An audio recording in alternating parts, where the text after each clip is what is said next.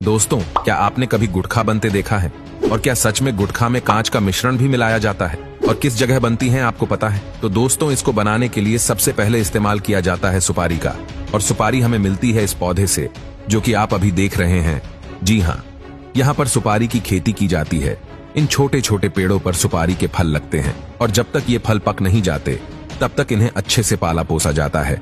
जब ये सुपारी का पौधा अच्छे से बड़ा हो जाता है, इसके फल को पौधे से अलग कर लिया जाता है। इसको भी अलग करने का प्रोसेस ठीक वैसा ही होता है। इसको आप पीट कर पेड़ से अलग किया जाता है।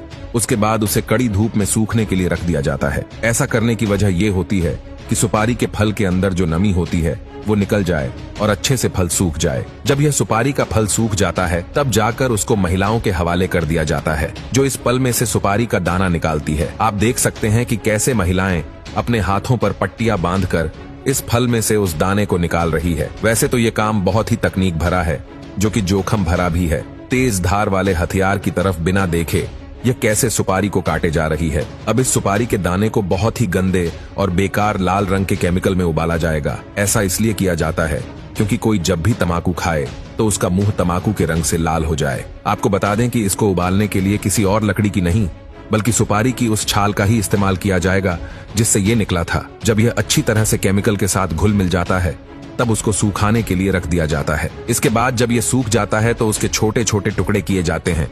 अब ये सुपारी तो तैयार हो गई है, मगर अब बारी है उसमें मिलाए जाने वाले तंबाकू की। तंबाकू को शुरू में बाहरी फ्रेम में उगाया जाता है, जिसे सीडबेड कहा जाता है।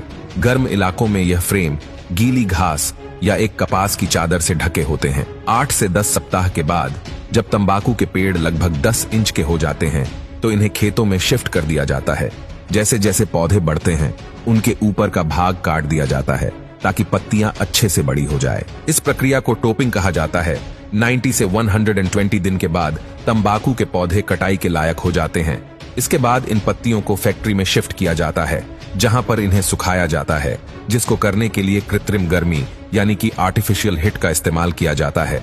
जब यह भूरे रंग की हो जाती है तो इन्हें अलग करके छोटे छोटे टुकड़ों में बांट दिया जाता है, जिससे ये असली तंबाकू के रूप में आ जाती है। और तंबाकू के अंदर कांच डाला जाता है। उसको डालने के लिए कांच की बोतल को मशीन के अंदर डाला जाता है और फिर मशीन उसको इतना बारीक पीस देती है कि ये एक पाउडर बन जाता है। इसको अगर आप अपने हाथ में उठाएंगे तो आपके हाथ को तो ये नहीं काटेगा, मगर हमारे मुंह के अंदर की स्किन थोड़ी सेंसिटिव होती है, इसलिए अगर कोई इसको तंबाकू के साथ चबाता है तो मुंह के अंदर से फट जाता है। और जब तंबाकू उस फटे हुए मुंह को लगता है तो हल्की सी जलन का एहसास होता है और इसके बाद तंबाकू का नशा और तेजी से चढ़ता है। इसके बाद सुपारी के मिश्रण और तंबाकू के पदार्थ को कथा पान मसाला के साथ एक कांच का पाउडर मिलाकर मशीन के अंदर डाल दिया जाता है। फिर इन्हें पैकेजिंग के लिए भेज दिया जाता है और छोटे छोटे पैकेट्स में रैप किया जाता है। तो दोस्तों, यह था पान मसाला बनाने का पूरा प्रोसेस। आपने देखा, इसमें सारी चीजें वो डाली जाती हैं जो हमारे शरीर को नुकसान पहुंचाने वाली होती हैं।